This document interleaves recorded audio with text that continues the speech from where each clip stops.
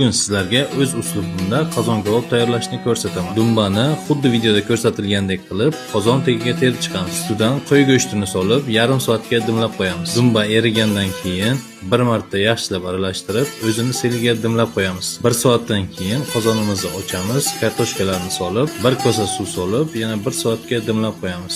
Kartoshkalarimiz pishgandan keyin qozondan ko'tarib olamiz va alohida yog'da ustini qizartirib olamiz. Go'shtimizni yana 1 soatga dimlab qo'yamiz. Bu orada ovqat bilan zo'r ketadigan sabzavotli salatani tayyorlab olamiz. Bu qozon kabobni tayyorlash uchun umumiy 3 soat vaqt ketadi. Agar shu uslubda tayyorlaydigan bo'lsangiz, qozon kabob go'shti juda ham shirali va mazali bo'lib chiqadi. Siz ham albatta shu usulda tayyorlab ko'ring. Mazasi bir umr esingizdan chiqmay qoladi. Video yoqqan bo'lsa, bitta like bosib, sahifamga obuna bo'lib qo'yishni unutmang.